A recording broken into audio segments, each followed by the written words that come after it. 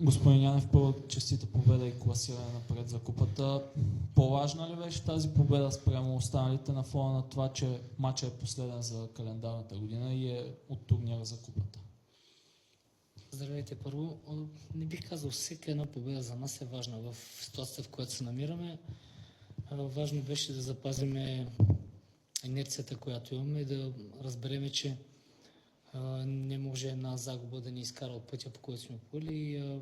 Това беше добре и за увереността на отбора. Разбира се, по-спокойно ще почуваме след като сме победили в последния матч.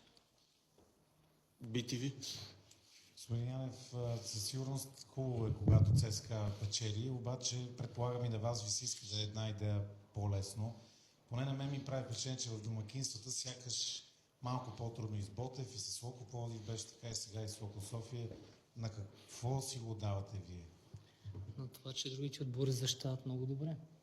Днеска имаме тотален контрол върху мача.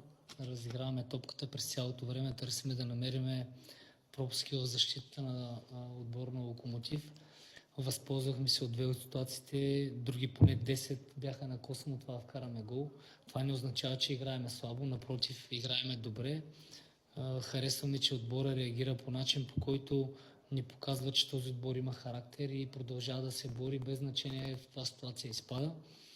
Харесваме това, че духа на отбора се промени и с промяната на този дух виждаме, че енергията на трибуните е различна.